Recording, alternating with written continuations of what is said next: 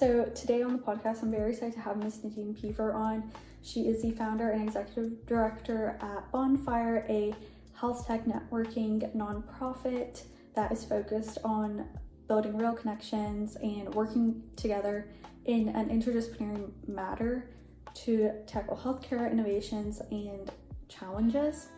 And she is also the founding partner at Ember Consulting Group, an organization that tries to bring together senior expertise across healthcare, public health, tech, policy, and communications to help healthcare organizations achieve their goals.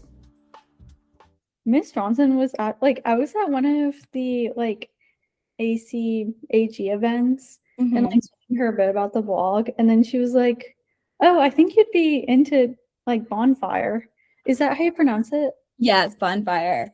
Yeah, you would love it. Wait, are you in Atlanta for the summer? No, I'm from Dalton.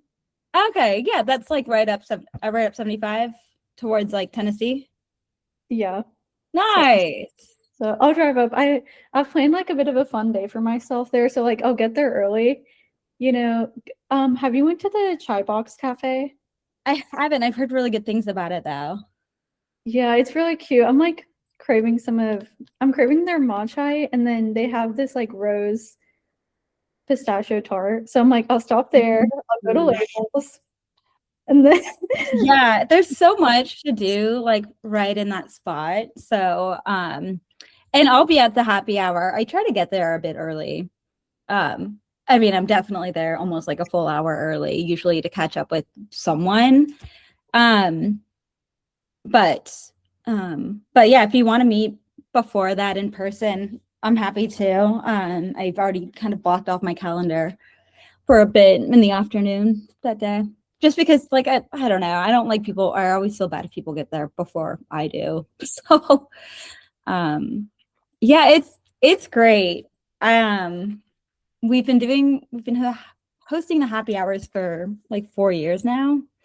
And I don't know. We always it brings out so many great people, and I'm lucky that I don't know. I feel very lucky for what the community's turned into. Yeah, it definitely has become kind of big. I mean, I was saying on the website, it's were 18 events last year, and then 96 attended 3 or more, and then over 1,500 people total, 350 plus orgs. So it's awesome. Yeah, it's crazy. So a bit of a background. I can give you the story of all of this. Basically, about 4 years ago, I was working for a pretty small startup based in Boston. It was 2022, and we'd been kind of in this pandemic space for a while. And I was just really desperate to get people together that are in the tech space. While I was at Athena Health for I think 7 years prior to joining the startup called Zeus. And at Athena, I was super active, super involved in company culture, bringing people together. And I really missed having that, being one person in Atlanta, whole team in another city. And then my boyfriend is a woodworker, so he also doesn't really I can't go on my rants about whatever in health tech with him, because he builds things, which is fabulous, but also just need coworkers. So my friend Alexa, who's at Accenture, she and I we just posted out to Health Tech Nerds, which is an online community, posted on LinkedIn that hey y'all, we're getting folks together at Scofflaw, which is a brewery over by my place over here on the west side of Atlanta. Getting folks together at Scofflaw, very informal. If you want to come, it's buy your own drinks, but would love to see y'all. And that was 4 years ago last month, I think. And from there we had we had an awesome turnout. It was 30 people or so. And then from there we're okay, well, why don't we just do this every month? Uh, and we were kind of figured out a way of doing it as like a rinse and repeat. Like we're able to make it something that we could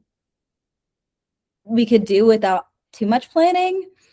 And having that consistent monthly get together, I think it's something that Atlanta was craving.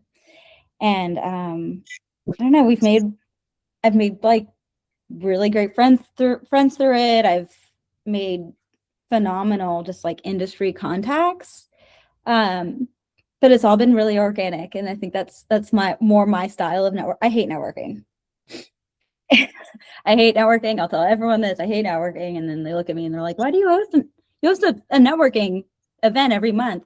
It's not networking. It's like getting together for drinks with people that that are interested in the same things as you. And I don't know. It's much more my speed. So it was a bit of a ramble there, but it's been amazing. We've seen it go from this like really informal, I mean, it's always been I like to think it's always been very informal. It's gone from just like something without a name to having branding. And we've gone from just these happy hours to we've done like webinars.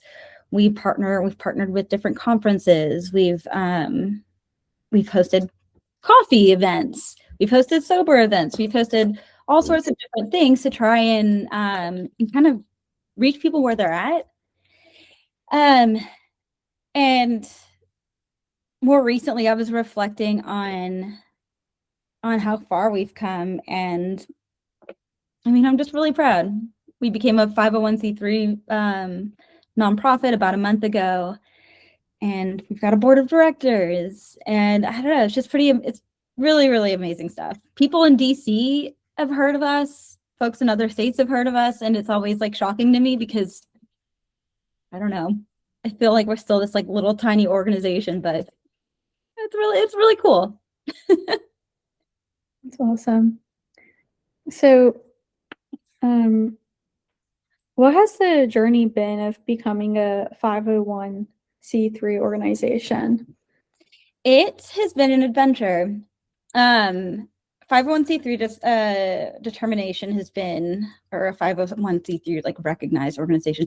It's been something that we've considered, or I've considered for like a very long time. So I mentioned we've been doing this for 4 years. Back in about 2.5 years ago, we launched like the Bonne Fire branding and really tried to become this like legitimate entity. And since then, it's been at this decision of like, do we want to be an LLC, or do we want to be a nonprofit?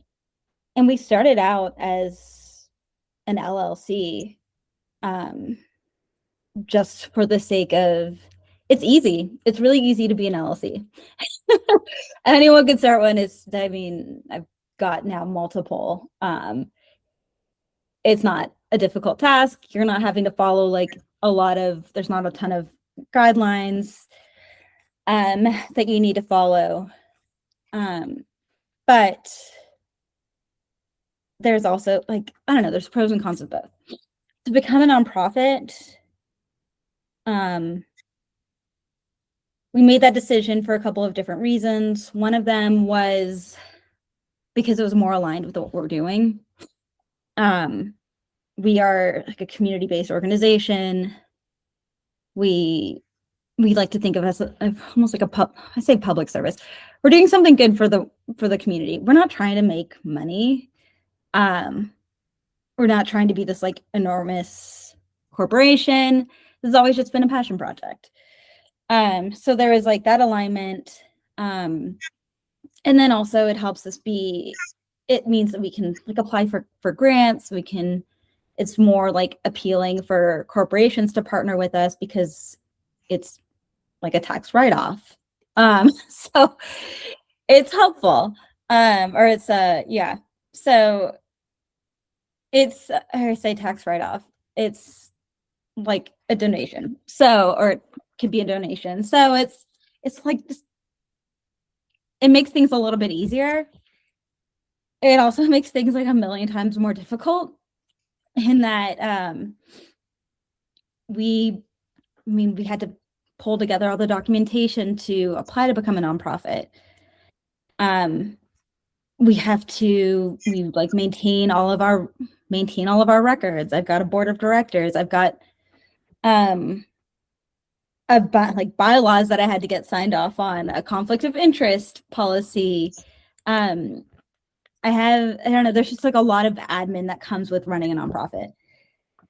But I think it like at the end of the day, I feel like it was the right decision. The other piece that complicates it is also I run like consulting business. And so making sure that there's like a very clear divide between Bonne Fire and then Ember is the consulting group that I run.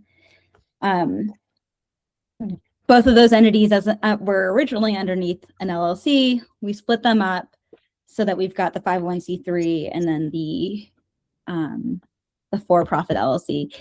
And I mean, you're catching me in the early stages of it, and it is not easy. It's really, really hard. And some days I'm like, what am I thinking? What was I thinking? But I'm passionate about both, and I think at the end of the day, it makes it worth it. That's awesome.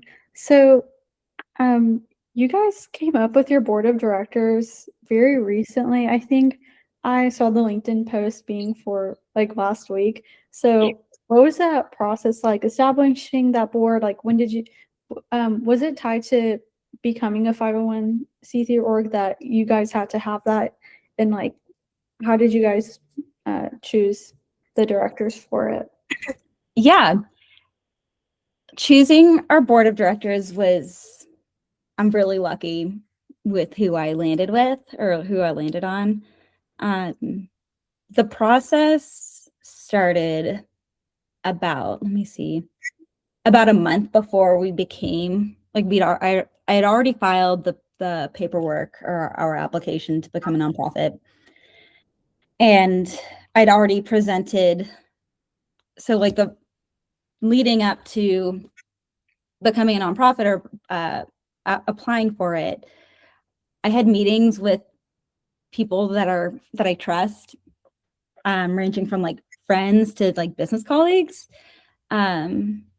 Kelly Johnson was one of those people that I included in those conversations. She's been just a phenomenal mentor over the years, a very informal mentor, but it was great getting to surface these thoughts to people that I trust, who I know could come to me and give me like unbiased feedback. So there's this like long leading up or like a lead up to applying, and then so you can apply for your nonprofit status before you even have a board. As I was deciding, or like during this process at one point, I sat down and tried to figure out like who's in my circle that I would trust, and who has some kind of nonprofit experience, and who's connected and who shows up. Choosing a chairman was one of the more difficult pieces, or I said chairman, a chair of our board was really tough. You're putting all of your, like, I've been building this out over the past 4 years, and it can be really nerve-wracking, kind of assigning, like, making someone the boss of this thing that you've been essentially entirely in control of for so long. And so I sat down and ran through my list of people, and my friend Ben Huffman immediately came to mind. I was originally thinking of having him as a business partner for the consulting group, sat down with him and basically proposed that we make him chair of our board. And he was all in. So I got very, very lucky there. And then just like over like the past couple months, I've had folks reach out and say, hey, I want to be more involved with Bonne Fire. And so again, I like sat down, thought about who might be a good fit. And that's how we ended up with Mary Jacobson, who's our secretary. And then Jamore Harrison, who is our treasurer. We also wanted someone who, I don't know, we always think about like, you don't just think about the here and now with a nonprofit or really any company. You're thinking about like, what does a year or 2 years or 5 years from now look like? And so I wanted to bring in someone, I don't know how to describe the last person, but Kelsey Supple, she's a grad student at Emory working on her MHA. So y'all should definitely connect on Thursday. But she's like has phenomenal energy. She's super duper smart. And also like, I don't know, everyone loves her. There's like, she's amazing. And she's also someone I could see being an executive director of our nonprofit in a couple of years, or whenever I like decided I want to do this. And she's wonderful. And so that's how we kind of landed with her. I don't know, everyone in our group is like amazing. And it's not always easy to recruit a board, but these folks were like, I got very, very lucky. That's awesome. So I know we touched on this a little bit earlier, but can you elaborate on like how you guys choose like the specifics of the events you'll hold, and then who's involved in like the idea generation to execution process? Yeah, a lot of it. So let's see. We have our monthly happy hours that stayed really consistent. We've got a host, 3 Taverns who's graciously offered to host us every single month, which is like the best location. Early on with all of this, we were choosing a new bar every single month, and it was a complete disaster. I mean, it was fine. But like we very consistently have this monthly happy hour. I could tell you almost like we always target the second Thursday of the month. It's almost always going to be at the same spot. Sometimes we have to rearrange things due to conferences, but that's like the one consistent piece. We started doing the Spark, which is this kind of like TEDx style event where we get someone super smart to come out and they speak on a topic that they're passionate about that's related to the industry. And we are trying to get into a good cadence of doing those every quarter. We've got the next one coming up in August. And we also graciously were offered a free event space at Manuel's Tavern, which is also like wonderful. Other like ad hoc events, oftentimes they are planned. Let's see. Things will get kicked out, or like things end up on our calendar oftentimes due to other events in Atlanta. Like if there's a conference, we'll try to host something that's like along the same, like a happy hour, like an evening before or after, to try and bring together folks while they're in town. And then, sorry, I feel like I'm just like rambling here. And then ad hoc events, it's really someone will come to us and say, hey, I've got this really great idea. How can we pull this off? We'll sit down, we'll think through, okay, what do we currently have on the books? Like, what do we have to do between now and, I don't know, like the next 6 months? And I'm trying to get into a better routine of having event chairs. So if someone comes to me with an idea, and it's actually something that we're in the process of doing right now, someone says, hey, I want to do this, we figure out a time, like let's target let's target early October. And here are dates that you can't use. Like, let's avoid these weeks because of XYZ. And then I'm trying to give people the reins to just plan it and execute it on their own. So what we're doing we've got an event coming up in, I think, early October. Sarah Kerrigan, who's conveniently my business partner at Ember, but she's also senior advisor for Bonne Fire, but she's co-chairing this event with Darren Glass, who's another great member of our community. And yeah, they're taking lead on it.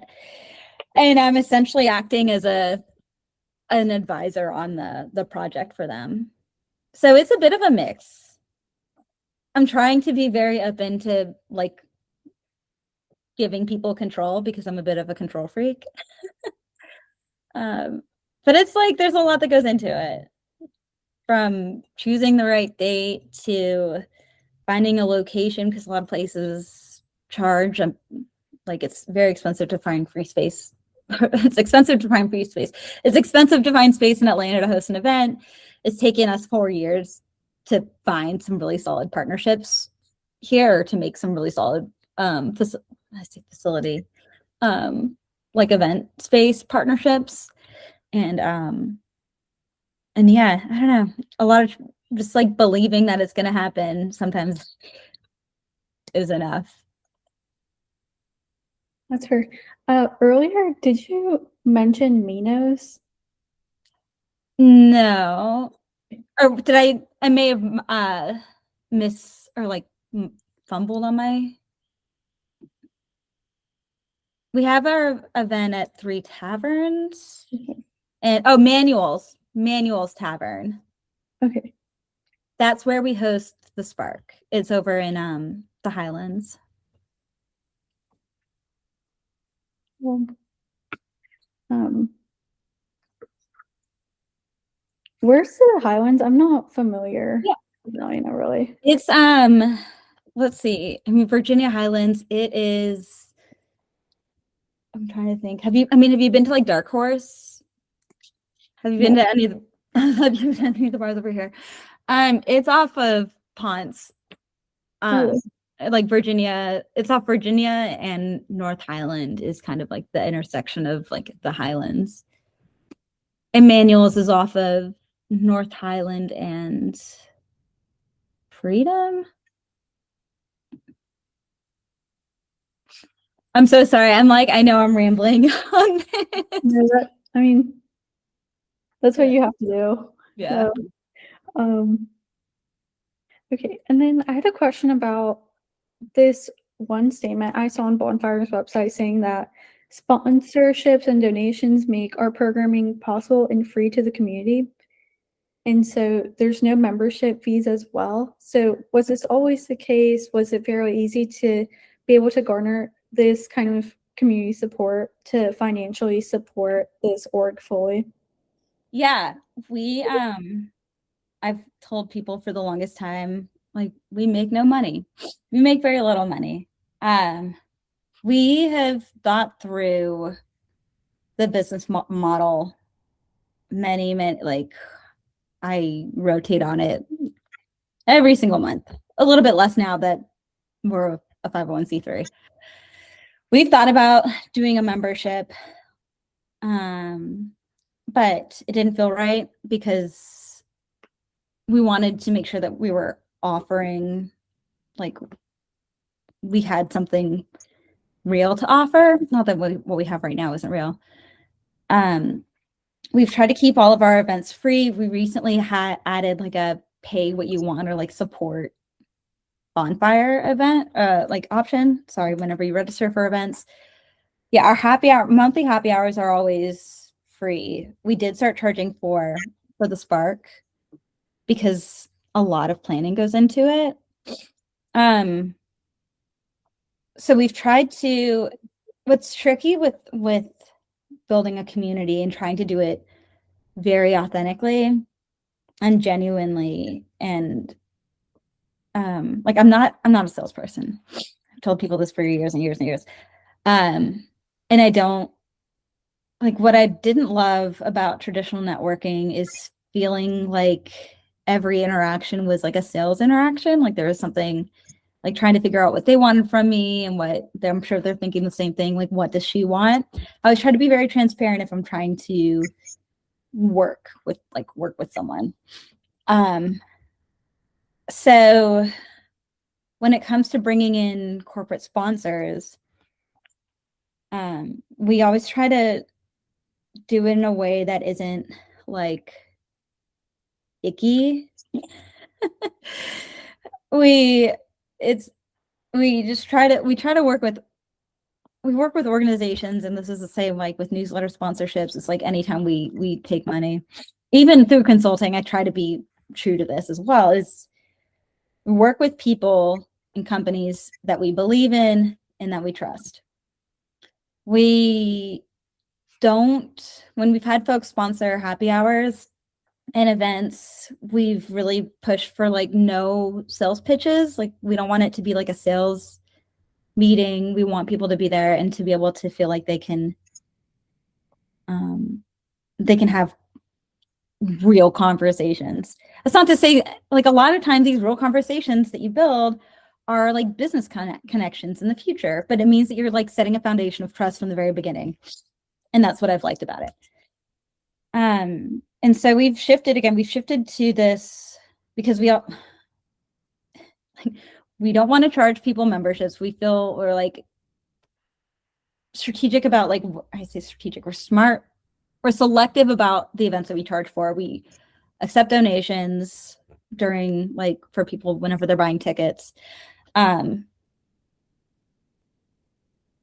yeah, like when we're talking to corporations, we try to be very like, it's a very thoughtful process. It does. I think that we leave a lot of money on the table because of this.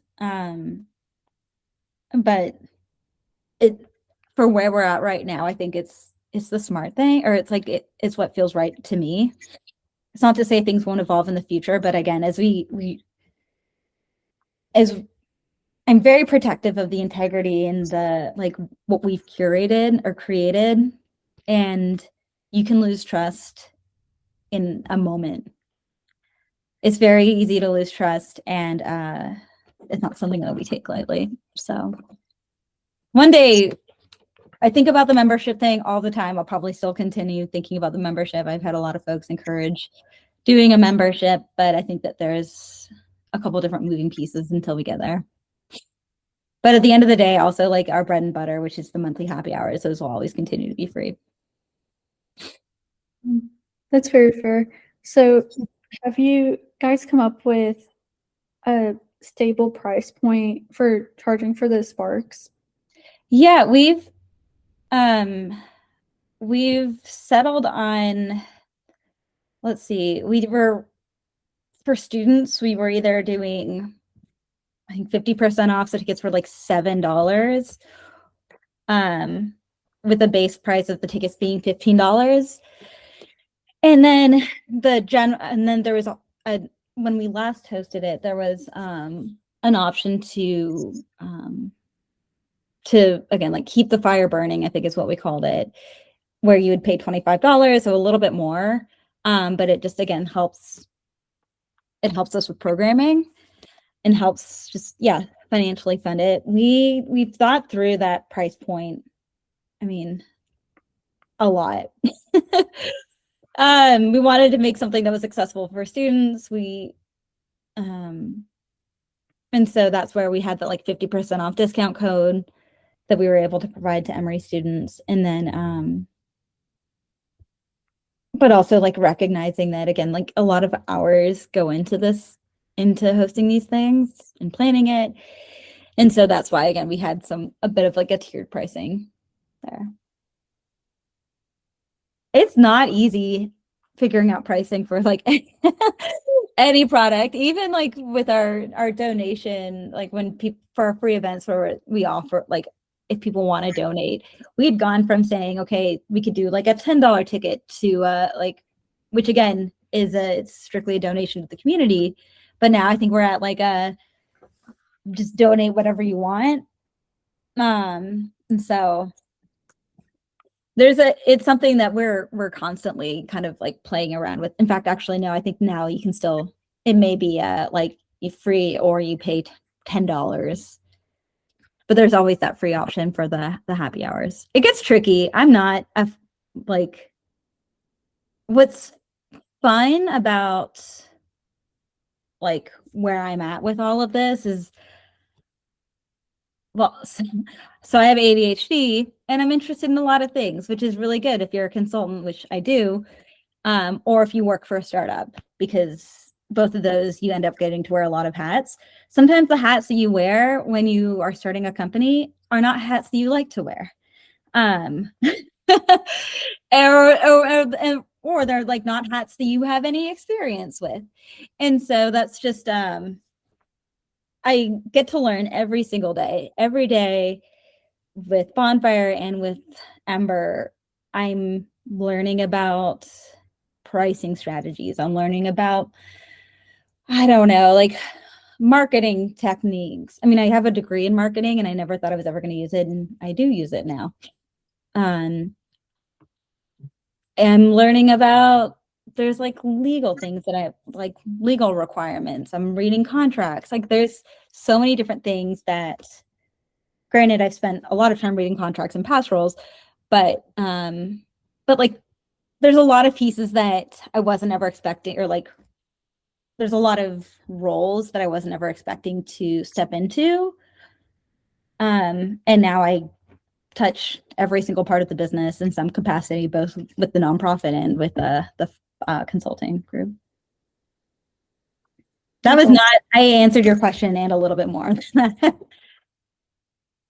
So, switching to the hackathons you guys have, so can you give a bit more info about previous ones you guys have had and, you know, what they've been able to create? We haven't yet done a hackathon. It's like, it's on our roadmap. We're hoping to do one this fall. The goal is to, there's a couple different ways of doing hackathons, but ours, what we're envisioning is one that's, you don't have to be technical to participate. It's really more about just, we have, our community spans not just health tech, it spans clinicians, clinicians, public health, researchers, policy experts, people like me. We have, which I don't even know what bucket I fit into, to be honest, but like founders, like we kind of touch the whole spectrum. And so when as we're planning this hackathon, which again, we're still landing on a date, we're wanting it to be something that we can bring all of the different perspectives in to solve a problem, which is kind of my passion. I love that. It definitely sounds really interesting. Thanks. I just need, honestly, like I need more hours in the day to like do a lot of these things, but we're getting there. That's fair. Okay, so moving into the process of building Ember Consulting Group with your friend Sarah Kerrigan, especially as you guys just opened for business 2 weeks ago. Yeah. So the process of this, I've been doing consulting a bit through, originally when Bonne Fire was an LLC. I ran consulting projects through there. We had this like advisory piece. I had this advisory piece. Sarah and I had these conversations on and off for like, or an ongoing conversation. And we've been pretty good friends for like a little over a year. I've known her for many, many years. We reconnected last April. And we talked about this consulting piece. She's got her own consulting business, Carrion Health Strategies. And then we've always thought about like the interaction between consulting and Bonne Fire. Over the summer, we were like, okay, let's split this out, because we always felt I mean, it's as I mentioned earlier in the conversation, felt like the consulting piece and the community piece needed to be split. They're different. I don't know. They just like there's different brand strategies that even go along with it. Especially as we're considering like what if like going after like federal RFPs. And so Sarah and I, we sat down and I would write a business plan for like over the summer. It was like I was writing the business plan for Bonfire. She would start writing the business plan for Ember, and then we would like swap. And so it was very, very, very collaborative. And what's been great with her is that like with Ember, she brings in this public health expertise and I bring in the health tech expertise, and we're really able to look at projects or like problems from this like holistic view. And she brings in ideas that like I would never consider and vice versa. And we just have different approaches to everything from like contracting through like project execution, which I think is great and really has been phenomenal for like our clients. And so, I mean, yeah, like over the summer, we went like back and forth and really like we're able to fully collaborate on what this business looks like. And I don't know, I feel, again, I'm very lucky that I get to work with one of my closest friends every day. Sorry, the piece I would want to cut out is the like CDC messiness.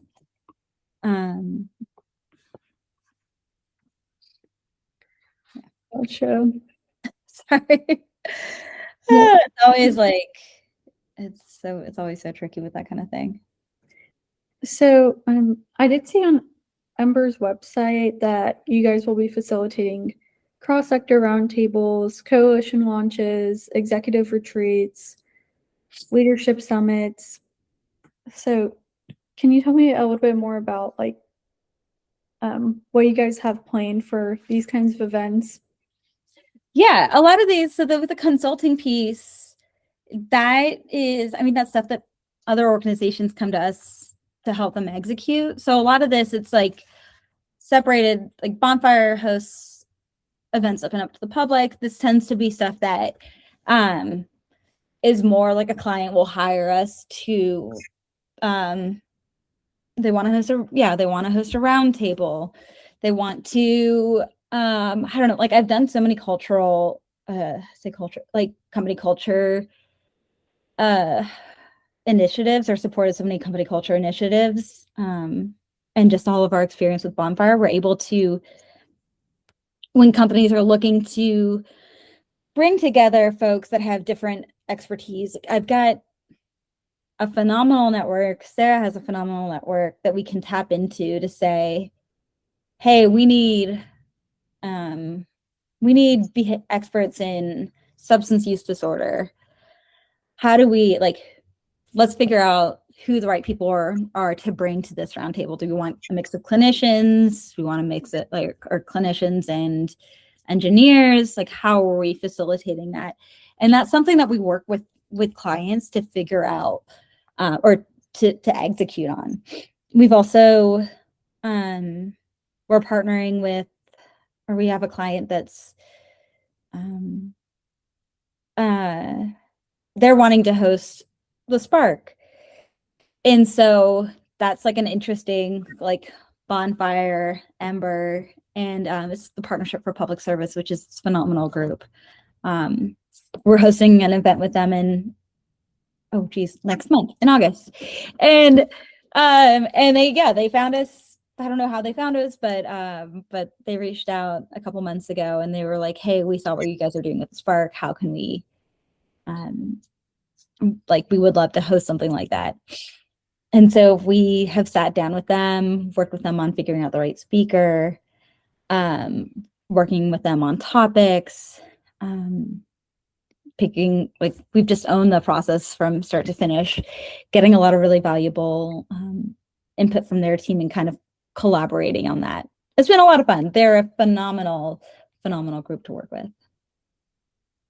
Are you referring to Partnership for Public Service? Yeah. Yeah, we're working with them.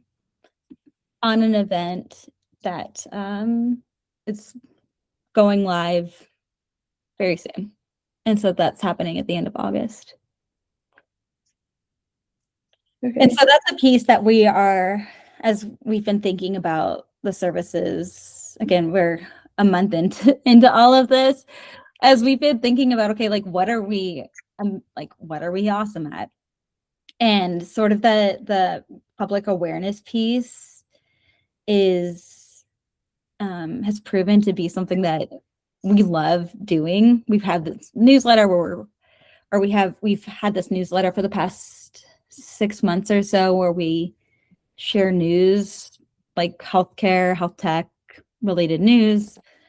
And so public awareness of what's going on a federal level, or just like whatever our partners are passionate about that they're trying to get out more broadly. It's been a fun space to work in. Yeah, Partnership for Public Service. They're doing a lot of really great work. Awesome. So you used to be a healthcare interoperability principal. Yeah. Right. So can you talk more about that role and then how that led into, supporting you in creating Ember? Yeah. So, prior to, let's see, almost 2 years ago, I worked at a company called HTD, and I joined the team as, an interoperability principal. So my background, my background is chaotic. My work experience is chaotic. And that's just let's preface it with that. I did a lot of interoperability work at Athena Health. I was leading integration projects and managing strategic partnerships with Quest Diagnostics and LabCorp. So doing a lot of lab integrations. Basically, it's flow of information from an electronic health record to the lab, and that bidirectional flow of information for whenever patients are having lab work done. So going to your doctor's office, having blood drawn, having that sent to a lab to spin around. They test, they run the test, they figure out, okay, what's going on here. And then getting that test result back to the provider in the patient portal, making everything easily understandable and formatted in a way that you can detect trends. So if you're looking at patients needs to know about their cholesterol and they're trying to manage that, making it so that the provider can see what's going on over time and making sure that you're improving. So from there, I became an expert in these lab integrations. And then while I was at Zeus, similarly I was doing integration partnerships, partnering with anyone that has patient information. So looking at health information exchanges, looking at SureScripts with medication data or prescription data, looking at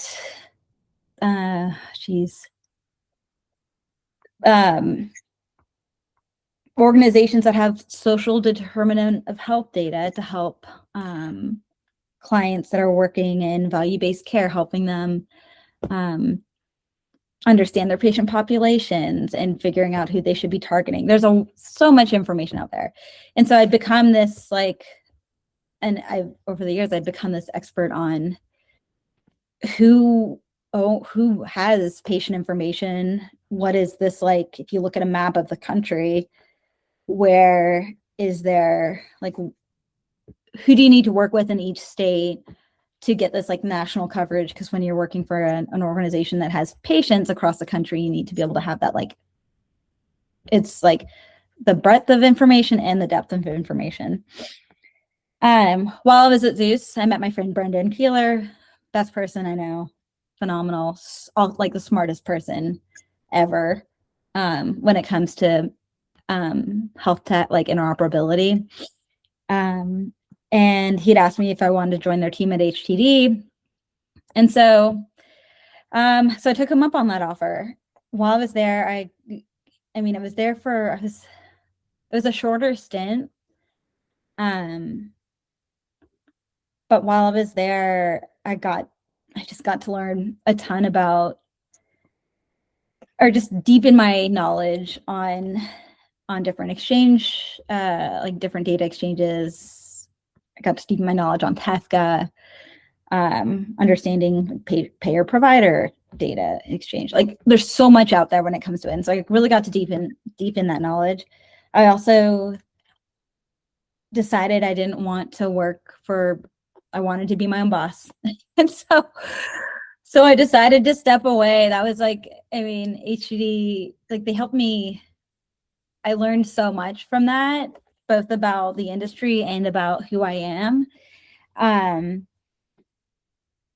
And yeah, I had made the decision that I really wanted to explore what running my own company looked like. And so I've remained, like Brendan and I are still great friends. And yeah, he's been a phenomenal influence in my life. That's awesome. So also on the Ember website, it said that you have focus areas in TEFCA readiness and health tech policy. So do you mind elaborating and giving examples as to certain cases with TEFCA readiness you've dealt with or specific policies? Yeah. Over the years, I've done a lot of, I guess, let's see. I've gotten to dive into kind of like I've gotten to dive into a lot of health tech policy as it relates to interoperability standards. It was important as I was looking at partnerships or in different partnership roles, making sure that I think understanding what can and can't be shared is crucial as you're building out a patient record. There's things like 42 CFR Part 2, which is specially regulated data as you think about like the behavioral health space. I think understanding also the history of some of these regulations, like how behavioral health was left out of the High Tech Act. That was, I mean, that was what, 2011. High tech is the reason why we have why all of our providers are using electronic health records. But behavioral health, so you're like psychiatrist, doesn't, like there was no incentive to be able to adopt it. And so you've seen like a lag in adoption there. And then of course, like with the interoperability policy, like TEFCA is the biggest piece, or it's like one of the bigger pieces now. Understanding, okay, what are the requirements for, like, what is required to participate, or like, is it, well, are providers required to participate in it? What is it enabling? I mean, TEFCA is just, it's a network of networks. I think there's a lot of amazing possibilities with it. Seeing adoption, I mean, I'm trying to think of how to phrase this. There's a lot of really great things with TEFCA. Certainly, for specific examples, I've helped. I've helped health tech organizations understand the different capabilities of, let's see, I worked with a company who's trying to understand who are their competitors, what functionality, what do their competitors offer? And then let me restart that. Worked with a health tech company that was really interested in payer provider data sharing. Part of that is what's the competitive landscape, but then also, and this was before, like, this is a while back, so this is earlier in this administration, trying to figure out, okay, what are we expecting to happen with TEFCA? What will be required for payer provider data exchange? That also goes beyond TEFCA. It goes into like CMS regulations. So CMS 57, but goes more into the payer provider data exchange. It requires there's just more specific requirements outlined around what information needs to be exchanged if you're supporting Medicaid populations. So there's a lot that goes into it. It's really fun and interesting. Is like policies, it's been a bit of a side quest for me, but it's a fun, to me, it's a fun, interesting space that I've been lucky enough to get to dive into. Intentionally having to stay vague about like clients that I've worked with because, yeah. But it is like understanding, okay, like what are they trying to do, and what are we seeing from the administration, and where, I mean, this administration is very like anti-regulation, and so it's been interesting to navigate. For sure. I actually hadn't heard of the High Tech Act. Oh, it's okay. It was like, yeah, I was gonna say, like, it came out whenever I was just like graduating college, so that was like, it was like early into my career that everything was changing, which is kind of cool. But it is fun to think about like the history of like, because people say like, why is behavioral health so far behind? And it's because, yeah, they weren't, like, companies aren't going to do things out of the goodness of their heart. They're not going to make expensive changes because it's the right thing to do. There's got to be some kind of incentive, like financially, to do it. So what the act was to transition like healthcare to digital, right? Yep. Yeah. So the High Tech Act, sorry, I should have explained that better. The High Tech Act was, it was Obama era, and the goal of that was to get providers, it incentivized providers to go from paper records to electronic records, which is why around that time you see this huge boom in electronic health record companies. It's like, it's interesting seeing some of the big like COVID also, we saw like a huge boom in digital health solutions as folks were trying to figure out like how to improve telehealth operations. And I think that's been incredibly beneficial as we think about rural health. I tell people who are like, oh, I don't want to get into technology. You can't avoid it. Like, I think even working again in like with rural health populations, technology is like, you need it more there than you need it anywhere. But then you also get into issues with like broadband access, like internet access. And so I think it's like there's a lot of different pieces that you kind of have to tackle to be able to solve some of these bigger problems. For sure. So do you have any future goals or milestones for either Ember or Bonne Fire to hit, like such as potential partnerships between Bonne Fire, Atlanta, and a similar org in another geographic region? For Bonne Fire, I think a lot about launching an affiliate group in another city. So like a Bonne Fire Boston or a Bonne Fire Portland. There's different cities that I've got a short list of cities that we have thought about, or that we're thinking about launching a third location in. There are also, like, with that, I mean, I want to make sure that there's some like parts that I want to figure out and feel confident in before I have anyone else try and do this in another city, because again, it's like, how do we, if someone's gonna do it, they need to be able to, it has to be financially sustainable. And so we're wanting to kind of get it perfect here, and then we'll scale it to other cities. We think a lot about university partnerships. How are we better supporting like student populations? There's so many different great universities here in Atlanta.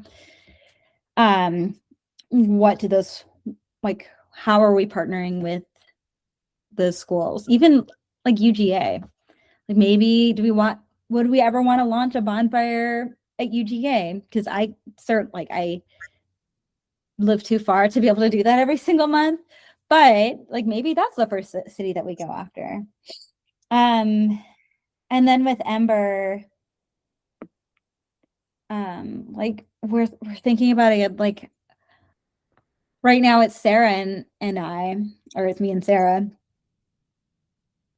How are we growing to, like, and Sarah and I have specific skill sets and expertise, but would we ever want to bring in, like, a clinician as a consultant? Like, how is our bench growing? And how is the team growing? And so that's going to be another milestone that we're looking at, is just growing the team beyond just the two of us. We have a ways to go there, but we've got some really good folks that we've been chatting with on that front. Awesome. So I wanted to ask you about your role as a market access director at Encina a few years ago. Yeah. And how like health tech and law intersected in that role. Yeah, so that was so in my role as market access director, a lot of it was helping clients understand what markets they might want to grow into, what states they might want to expand to, and helping them with that growth strategy. That ties into, that's where a lot of the policy played a big role in that. Different states have different regulatory policy environments as it relates to data exchange, as it relates to like, how contracted employees, like, what are favorable environments for corporate companies that have contracted employees? What are, like, understanding, I don't know, thinking about, like, what states have incentives or, like, initiatives related to, let's see, like, diabetes management. Because if you're working with a company that supports like chronic illness, or wanting to find, or they're more likely, I don't know, it's profitable or it's smart for them to go work in states that have I'm trying to figure out the best way of explaining this.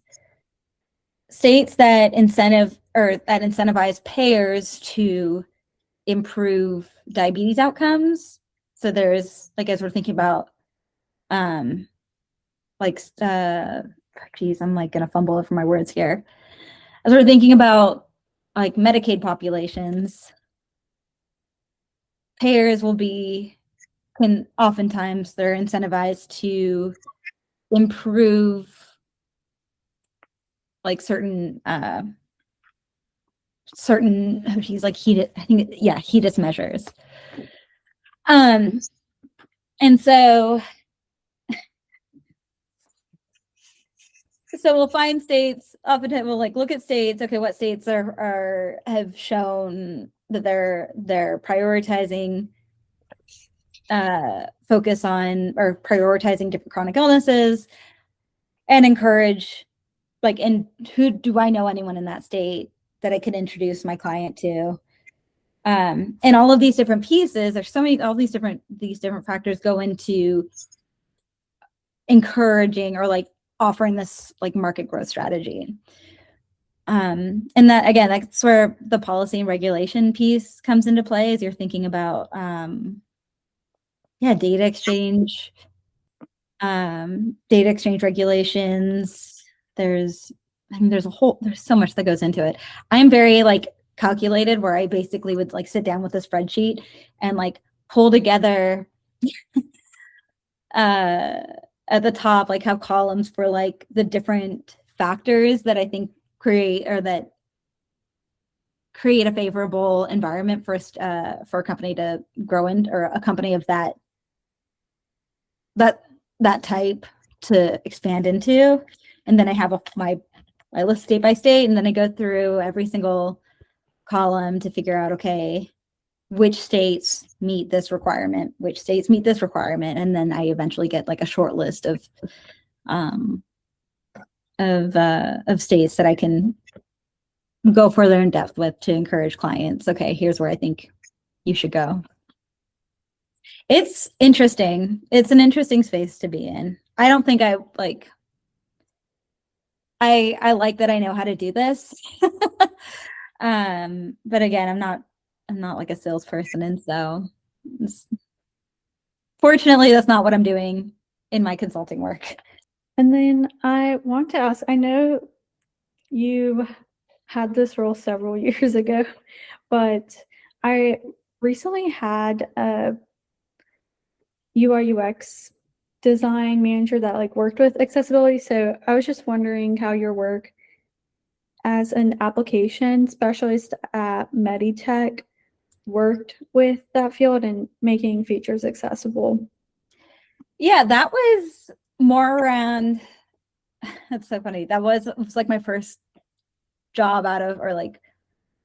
job within the industry. That role was more like account management, helping solve problems that clients were having. So we didn't do a ton in like the UI, like in the accessibility space.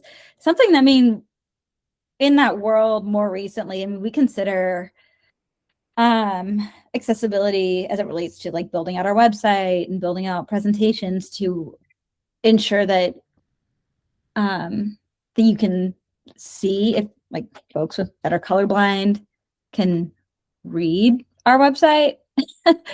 That's like how I mostly think about it, but I admittedly haven't done really much of that at all in my work. But it's a really cool space, and I'm glad that there are folks that are focused on it as it relates to building out new solutions. Anything that patients are using needs to be accessible. We need to make it. We meet patients where they're at. If you're a patient, there's a million different things. Like, we need to make it easy for patients to get the care that they need, and that starts with an app that they're using. For sure.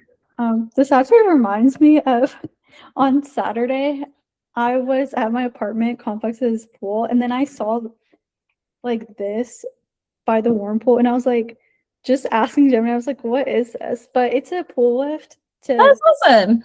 So they can be ADA compliant, but I was like, yeah, I mean, I think it's like, that has been like, you at the earlier beginning of this, it sounded like you've been thinking about like all these different paths that you could go down with your career. And I mean, in college, I studied marketing, but then was doing city planning as my job. I was working at a River Valley Regional Commission. This is stuff that's like not even on my resume because I had this job so long ago. But I was planning bike to work day. And again, this is like 20 years ago at this point. But part of that was also like I was working with people who were writing, they were trying to get funding to build sidewalks. And I was so passionate, like I so badly at that point wanted to build sidewalks for a living. I mean, not like literally go out there, but I wanted to make our world just more accessible to everyone. Like right now where I'm living, there's a restaurant like 2 blocks away, but they didn't have a sidewalk to that restaurant from our place, like between our house or between our neighborhood and the restaurant. And it's a really busy road. And so we would drive to this restaurant that was like, again, it's like 2 or 3 blocks away. They finally built a sidewalk, and it's such a game changer. And so for the longest time, I was like, I want to build the infrastructure that no one notices unless it's missing. And that goes hand in hand with where I've landed in my career. Like if you'd told me 20 years ago while I was in college that I was going to be doing like working in health tech, that's nothing I ever considered whenever I was studying marketing. I didn't even know what I wanted to do back then. And it's just like the universe. It was like a friend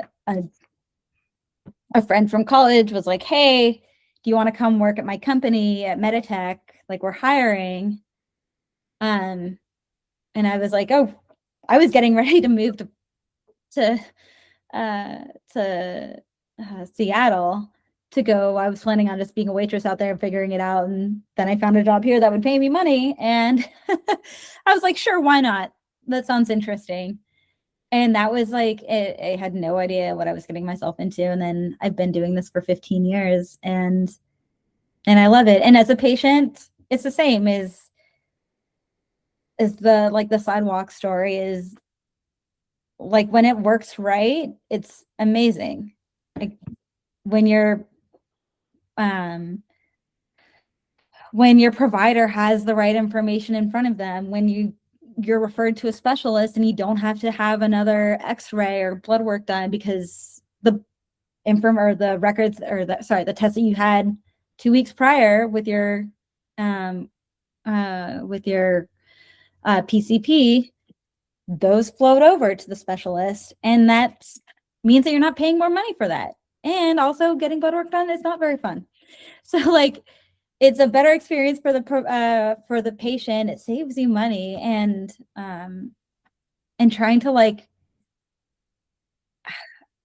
to retell your story every time to a new clinician can be exhausting. But when the sidewalks are there, it makes a huge difference. I say that as like I have endometriosis and had surgery like 2 summers ago, and it's great. It's fine. But like the process of getting diagnosed, like there's just so much that goes into, we realize it, but like going to my original doctor, scheduling like ultrasounds, and then figuring out that, okay, I need to go see a specialist and making sure that my specialist has all that information.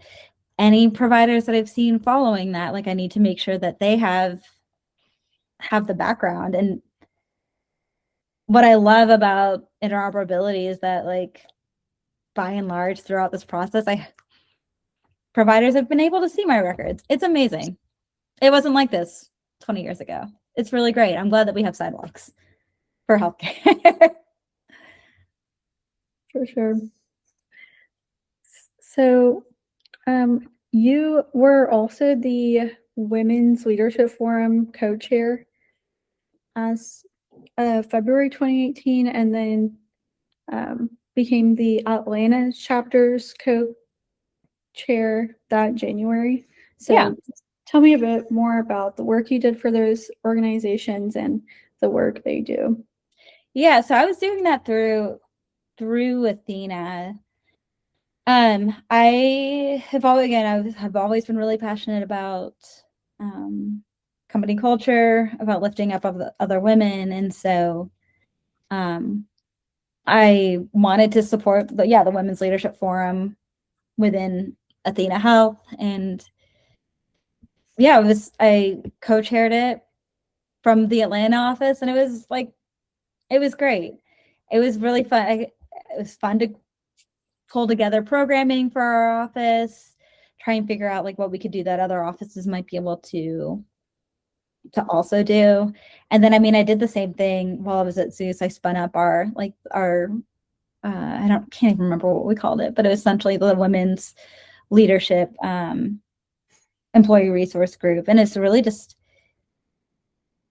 I would listen to podcasts or join whatever kind of webinar and learn something. If I learned something, being able to bring it back to the group, or just host a conversation on a podcast or an article or whatever that I thought was interesting that I think women could benefit from. I don't know, it's just creating an environment that's I want to help other women thrive. I've been in spaces where it's felt really competitive. Being in this industry, I've been in environments that didn't feel always as welcoming for women, and there's so much space at the top, and I don't know why you would ever want to not lift up the other people in your life that are doing awesome things. We can all be great, and I just want to create a world where, whoever I'm working with, I want to be able to lift them up and help them be the best version that they can be. And so, I even think about that in Atlanta there's a women in technology group. And so hoping to get more involved with them to figure out how do we create a space where women are thriving in this industry. And we already are kicking ass, let's be real. But what can I do to support other women here? That's awesome. And then also, just talking about your experience being involved in the Technology Association of Georgia. It's been a minute since I've done a whole lot with them, to be honest. They're a great group in Atlanta. I just haven't had the bandwidth, but I think they're hosting an event soon, and it looks awesome. It's been a while. That's fair. So I wanted to take a bit of a go back in time a little bit and then talk about how you started off as a marketing major in undergrad at Columbus State University. And then those first 2 or 3 years, you were working in planning, marketing, and as an English language assistant for the French Ministry of National Education. So we transitioned from that and then getting involved to the health tech or healthcare space. Yeah. My life is chaos. And so in college, I studied marketing because I wanted to work in a fancy office, and marketing looked really cool and trendy. It was the dumbest thing ever. I was not ever passionate about marketing. But I didn't know what I wanted to do, and I knew that a business degree would be versatile. And so I was like, all right, let's do and I had friends that were doing marketing. And so I did not go into that field with thinking, oh, I'm gonna this is what I'm passionate about. It just made sense at the time. After college, so I grew up in Canada, and I grew up going to a French immersion school, so speaking French from the time I was in kindergarten through when I moved here whenever I was a teenager. After college, I went and taught English in France. It was the best decision I've ever made in my entire life. Anyone who's trying to think about what they might want to do next and aren't confident, there's programs like that in France. France requires, if you speak French, it's really, really helpful to get into the program.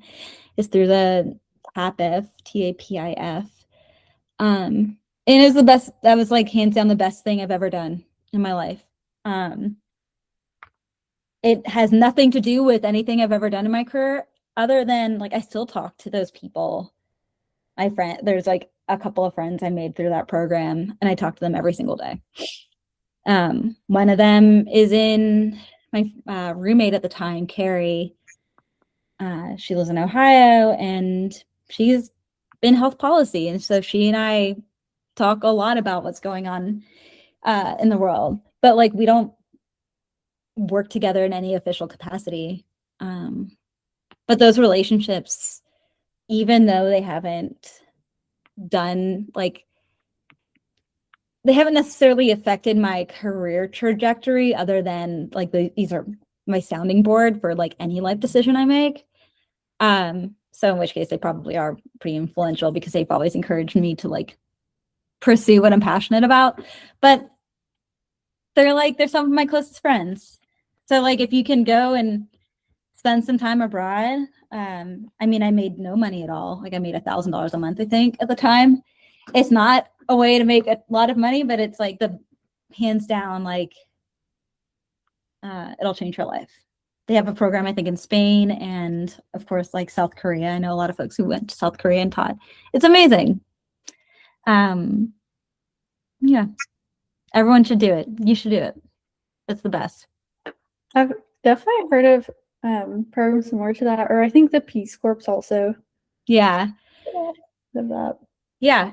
Like, I mean, I did it. I was there for like a school year. But I also think it looks good on your resume. It's certainly a conversation starter. But it's just like, I don't know. They're my closest friends. It's like my like personal board of directors is kind of what I consider them. Also, it's folks that I run any big life changes through, and I don't know. I love them. I love those people. Awesome. I was actually, because I'm debating because like I guess naturally I would graduate next December, or Yeah. if I wanted to accelerate a little bit, I could do it in the spring and still not have to take summer classes. But I mean, one of the things was like, if I do take a gap semester in the spring, like I don't know what to do really, because I think all of the interesting internships I'm finding relating to like health tech or health tech law, it's mostly in the summer, and I think the CDC has one related to that, but it's very limited stuff. So I was like, I was thinking, I was like, I do like traveling, but I don't know. So if you have any ideas. Yeah. For the spring, I can think about it. I mean, if we have an internship opportunity, but traveling wise, I'd have to, I know that mine was for like the school year. So I like moved out there in September and came back in May. But which like, I mean, I would encourage you to even just like do that if you can make that work, or like to look into those programs for the school year. It may seem like at the time I remember thinking, oh my God, this is going to set me back so far. And it doesn't at all. It will have no, like, I mean, I haven't been, again, like out of my 20s, I haven't been in that world for a minute, but like like my friends from that program, they're all very successful, and you shouldn't be afraid to take a year to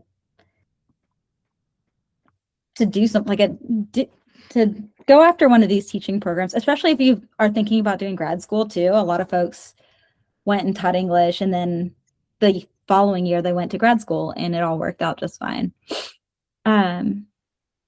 It's like it helps you understand people a lot whenever you go out and surround yourself with like folks from different countries speaking different languages, and I don't know, I feel like I'm a more resilient person because I've just been able to, I don't know, it pushes you outside of your comfort zone a whole lot.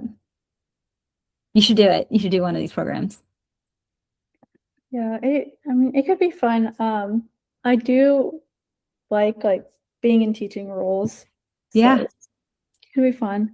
The only hesitation I had was, I am passionate about English, but then I don't know if it would be super interesting to teach like the basics and like the grammar and whatnot. So I worked with high school students, and I was not passionate about teaching or English at all. What I did was my approach to it was figuring out ways that, I think like 22 at the time, and my students were all like, they were in high school, they're a little bit closer to my age. Some of my students were literally like in their 20s. Because I was teaching some like post high school stuff, but I just found ways of like what's interesting to like what are high school students interested in. I never really taught grammar. I figured out ways just to get them to speak English, and some of that was referencing like what's going on in pop culture.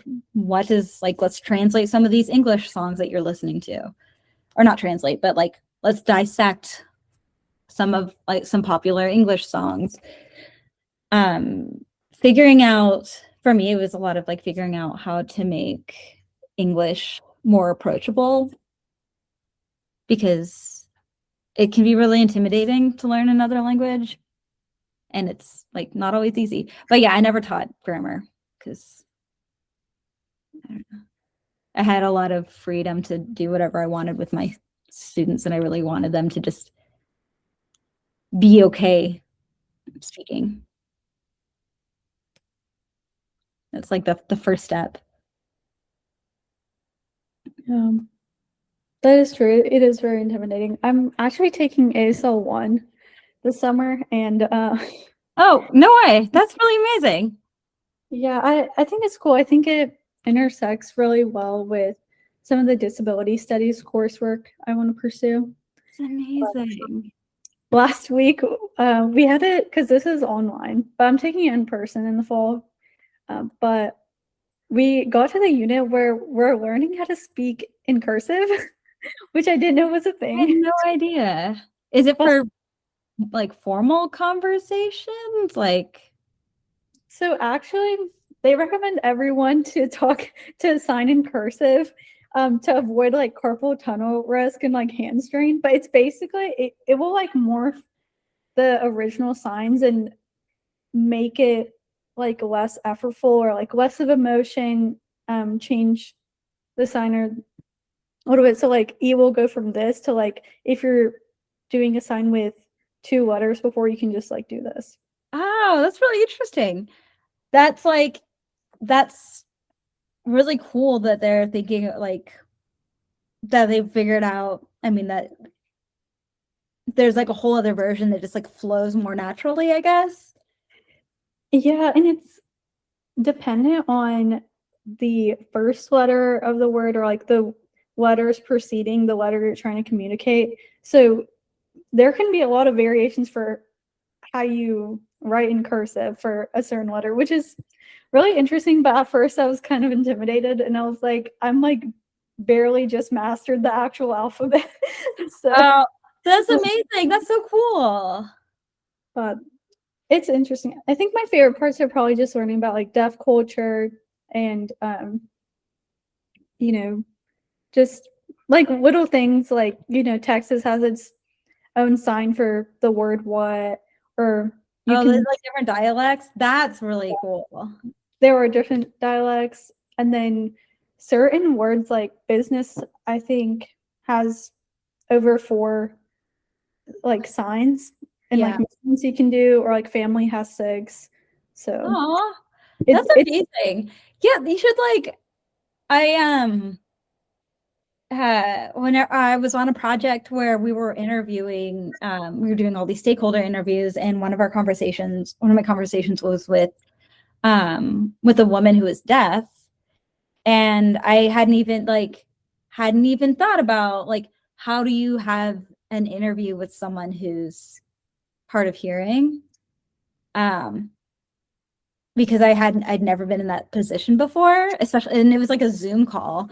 And so we had a translator join our call who was able to, translate what I was saying to the person I was speaking with and like get her response back to us. It was so amazing.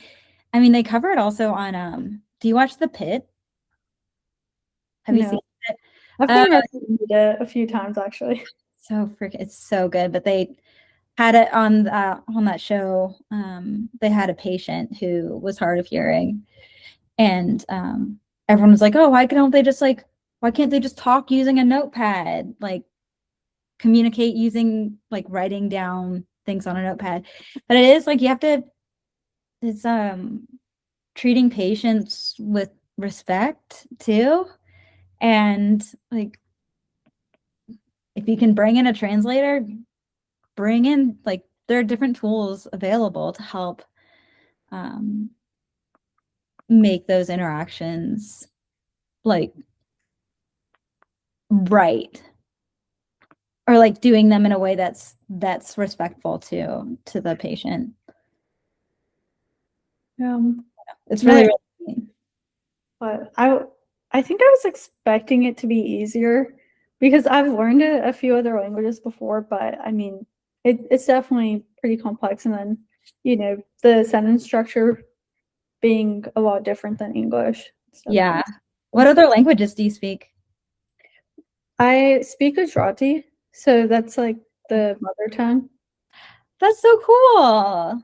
Yeah. So it's mainly just spoken in Gujarat, a state in India. Yeah. And then in high school, I took Spanish, but I kind of took it reluctantly because in middle school I took German, and then I transferred to a school that only had Spanish. Sucks. So then, so then by the time I like transferred back to school that like had more language options, I was like, it's fine. I'm already like 2 years into Spanish. Just keep doing it. Yeah. And then in college, I was just like, I don't know. Like I wasn't really motivated because like I needed 3 semesters as a Yeah. requirement, but I was just like, I don't know, like not feeling super passionate about all of them. And then I started getting into like disability studies last semester, and I was like, okay, we got it now. Oh my gosh. That's what you should, you should do more. Like I don't know. I feel like I tell everyone to talk to Sarah Kerrigan, my friend and business partner. But she's a health communication. She's got her MPH.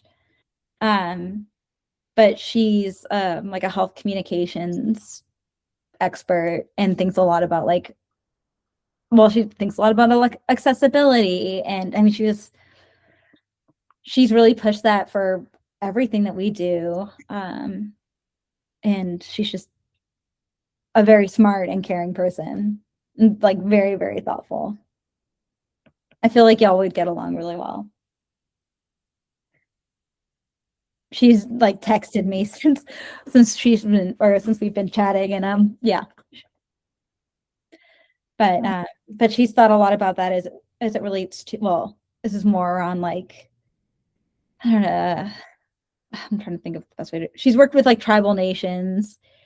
And like one of the things I've worked on a past project, again, we're doing these stakeholder interviews, trying to understand, trying to understand how behavioral health clinicians are collecting data for state reporting needs. And it was interesting talking to some of these tribal communities because they're like I guess these communities are more like storytelling, like they just have different ways of communicating. And some of it doesn't necessarily like align with typical like reporting standards. And so how do you kind of meet people again? How do you meet patients where they're at? That's really cool that she's worked with tribal communities because one of the posts on my blog was actually just a quick like history synopsis of Native American healthcare and like the Indian Service Agency. Yeah, Like, IHS. service. Yeah. Yeah. Um, Indian Health Services. Yeah. I, Yeah. yeah, I kind of forgot the name actually. Well, it used to be the Indian Medical Service. Then, Yeah, you should talk to Sarah. She's great. Kelly also knows Sarah. Happy to make that introduction. I'll write that down. have you checked out the blog? I need to. I'm so sorry. I've been like drowning the past week. And I'm really embarrassed that I haven't checked it out yet, but I'm gonna check it out. I'll check it out right after this. Okay. Cool. It is also like a passion. Well, it started as a passion project, kind of, and then I found out that for my major's final project, like you have to do 3 credit hours, but you can repeat it up to 9. And then I was like, wait, like what if I just like kept investing a ton of time in like the blog/podcast? And then Yeah. you don't have to take like 2 actual classes. Yeah, you should. It's so smart. Well, also, but it creates a portfolio, like depending on, I mean, you basically have a portfolio of your work online, which is great as you're thinking about like where you might want to end up. I think everyone should do, I think everyone should do thought leadership. I think folks should write about, like, if you're learning about something. I'm not a natural like writer by any means. Also, no one is going to criticize you. Like, if people say anything bad, then that's engagement, and who cares? Like, I think it's amazing when people like, I try to be, again, everything I try to do it like authentically and I just try not to be like fake, or I try to be very much motivated by things that I'm genuinely curious about. And it's fun to learn. Like, if you've got the time, learn about whatever you find interesting. And then isn't it like, I think it's great to share that out to people. And like, and again, maybe that's just like my ADHD brain, but I'm like, it's a fun, I think what you're doing is awesome. A ton of respect for doing the podcast piece too, because I've gone back and forth on, we should start a podcast, and I just haven't been able to like commit to it yet. What have been some of the like unexpected topics that have come up that you've been like, oh, this is really fascinating, like as you've been diving in either through the blog or through the podcast? So I think one of the most fascinating ones was just the various tools that have been developed by the World Health Organization or, the United Nations just to work on advancing migrant health. Yeah. So the WHO developed like a mental health resource that, trains users in behavioral activation, psychoeducation, stress management, positive self-talk, relapse intervention, and then, even a screening tool used in telepsychiatry that allows for PTSD screening, and even tools like for like war zones, like creating like an EHR portal for them. That's so funny. I was thinking about that as I love the World Cup so much. I'm gonna be really upset when it's over on Sunday. But one of the things I've been thinking a lot about is like, okay, well, we're working across 3 different countries. How is like, how are records being shared as patient, or as patients, as players play across 3 different countries? In reality, teams are just keeping the medical like they have their own medical records that they're carrying with them. But it is like an interesting exercise as we think about, I mean, I was at Ponce City Market the other day for a meeting or a lunch meeting. And this was the day before England was playing. And there were so many people in their English kits, their jerseys. And I was talking to someone who he and his son had been following the England team. And so there's a lot of passionate fans that have gone and seen matches in like 3 different countries. And like what happens when the fan, like when one of these fans gets sick. I think it's a bit of, I think what just happens is it's a shit show right now, but but it is something as you think about, like, hopefully we'll have a better solution where interoperable, like what I've always thought about is how I can use my credit card in like any country. Doesn't really matter. Like I've never been to a country where my credit card doesn't work. I mean, I'm sure there are countries like, but anywhere I've traveled in the world, I've been able to use my credit card, and patient records should be the same. If I get sick, like whenever I was in France for a school year, like I got sick at one point. How do I, like, if I were to go back and spend time over there and I found myself sick again, like how do I make sure that my records are accessible? Yeah. It's messy right now. There's not an easy solution, but we should have healthcare be like ATMs where any provider in the world can access your records if they need to. Yeah, I saw that France and like some other nations as well. Like you'll have a card and that has all your info, and you just take that. Yeah, yeah. There's healthcare orgs. Yeah, the carte vitale. Yeah, it's really they have it down. They've got that process that works well over there.